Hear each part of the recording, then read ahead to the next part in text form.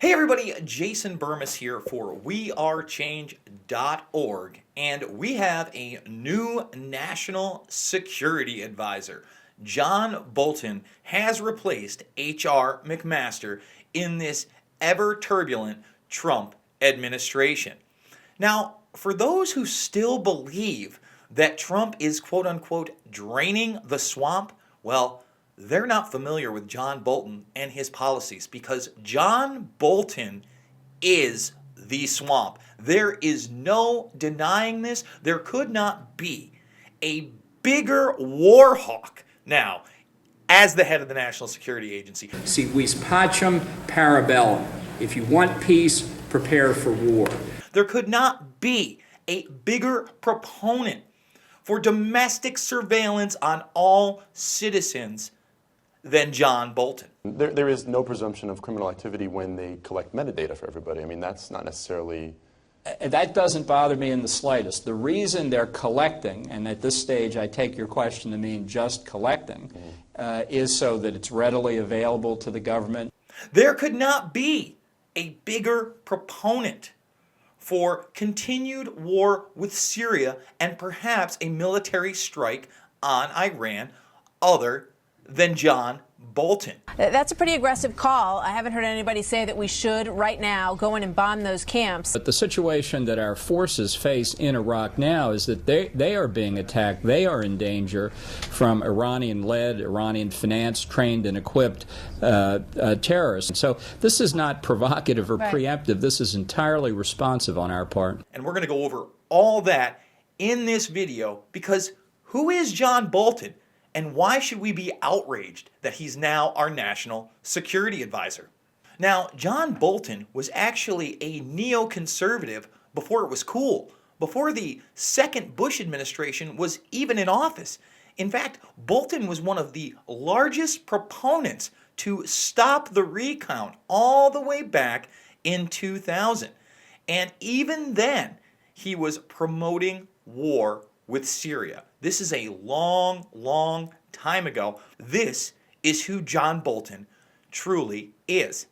Now, when John Bolton did get a position in the Bush administration, he was touting the Iraq war as something that was a necessity to stop weapons of mass destruction and, of course, a brutal dictator. That's how he moved into the position of the U.S. ambassador to the United Nations. Now, you would think, after all the failed policy in Iraq, that John Bolton would come clean and say that he thought it may have been a mistake. Not true. John Bolton is still 100% behind the Iraq war and the decision to go into that nation. I think the decision to overthrow Saddam Hussein was essentially the correct decision, even knowing everything we know now. And those who say that we're worse off today after overthrowing Saddam Hussein don't understand the threat that he posed, don't understand the continuing threat that he would have posed to the oil assets in the region and his full intention to resume his weapons of mass destruction program. In fact, in 2008, he escaped citizen's arrest in the United Kingdom when angry protesters called for his head all the way back 10 years ago. This is a man that was dishonest before Congress after the Iraq debacle was exposed, and he took absolutely no credit for the disinformation that was spread by his office. Why the United States was making false claims to the United Nations. Who put this claim into the State Department fact sheet? I have no idea. I didn't participate in the drafting of the fact sheet. For all intents and purposes, you're saying that they weren't under your control and that this was done without your This was knowledge. a staff. Yes. Do you see the irony here? And yet, here we are on this merry-go-round about you have people under your supervision, but they're not under your control. And this is an issue of major U.S. policy. No, the preparation of a fact sheet, Congressman, is not a major issue of U.S. policy. This was a staff-level function done. When we're making a decision whether or not to go to war because a foreign country, because Iraq is trying to acquire nuclear weapons, that is a major issue. Now, he has called Edward Snowden treasonous and called him to be swinging from a tree I mean, my view is that Snowden committed treason. He ought to be convicted of that, and then he ought to swing from a tall oak tree. This is a person that disregards the civil liberties of all American citizens and actually endorses the collection of all of our metadata. And I promise you folks, more than our metadata is being taken in by the National Security Agency. Bolton has also tried to de-emphasize the idea of surveillance on American citizens, saying that we are dust in the wind to the algorithms of the National Security Agency. I think part of the problem is that when people hear about these NSA techniques, they say to themselves, well, I'm important, and, you know, I could be the subject of surveillance. I probably should be the subject of surveillance, and in fact, I probably am being surveilled, and I'm outraged by that. Let me just tell you, you, everybody in this room, we are dust in the wind for the NSA. Dirt in the road. They couldn't care less about what we do. But unless you're cavorting with terrorists, when the algorithm sweeps across your electrons, it goes right past. Bolton is a staunch supporter of Israel and has actually encouraged them to nuke Iran. This is insanity. Bolton has been a constant war hawk in regards to China and Russia, and we can only expect that to continue under the current administration. Bolton, when put into a corner, just won't answer the question and will let you know that he needs to come up with a lawyer's response, because that's what John Bolton is at heart, another lawyer politician. Philippe Sands, whose book Torture Team is being discussed here later, has traced the approval of such practices all the way to the very top of the American administration. I'm not going to go any further because I don't think I've done the preparation that I would need to do to give a lawyer's answer, and I'm just not going to do it. I haven't done it. Let me just say I'm not resisting it here today alone. I have not opined on this at all, and I don't intend to until such time, if ever, when I study it to my satisfaction. Bolton even seriously considered running for president in the last election and put together a super PAC. And if we were to believe the Trump of old, he even tweeted back in the day that nobody in the previous Bush administration should have anything to do with decisions in Syria.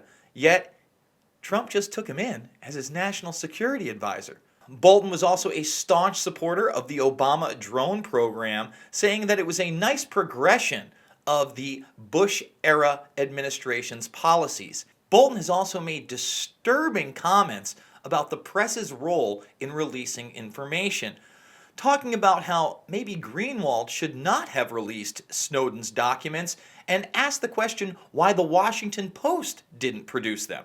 Should journalists be silent when they are given information? Well, I think obviously the culture of journalism in this country is very different than what it was when journalists never bothered to reveal that Franklin Roosevelt spent his time in a wheelchair.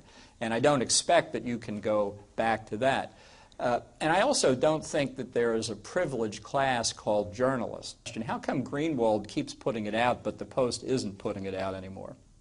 And let us not forget that all the way back in 2007, John Bolton was calling for action against Syria, even trying to implicate that they had a nuclear weapons deal or program burgeoning with North Korea. This is the type of thing that this man has been promoting now for well over a decade.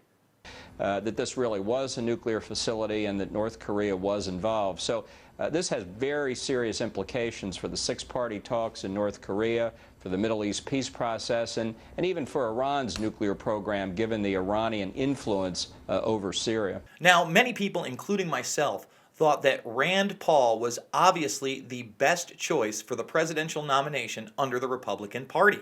And let me tell you, Rand Paul was very vocal towards the end of last year when Bolton was actually being considered for the Secretary of State position. Well, anybody that knows Rand Paul knew that he would be a hard no for many reasons. So, but I do know that John Bolton doesn't get it. He still believes in regime change. He's still a big cheerleader for the Iraq War. He's promoted a nuclear attack by Israel on Iran. He wants to do regime change in Iran. So I think John Bolton is so far out of it and has such a naive understanding of the world. If he were to be the assistant or the undersecretary for Tillerson, I'm an automatic no on Bolton. He should get nowhere close to the State Department if anybody with a sane worldview is in charge. Now, for all of these reasons and many, many, many more, John Bolton has no business as our national security advisor and in any administration. That is the bottom line, and we have to stop apologizing for these appalling decisions by the Trump administration and look at what's really going on.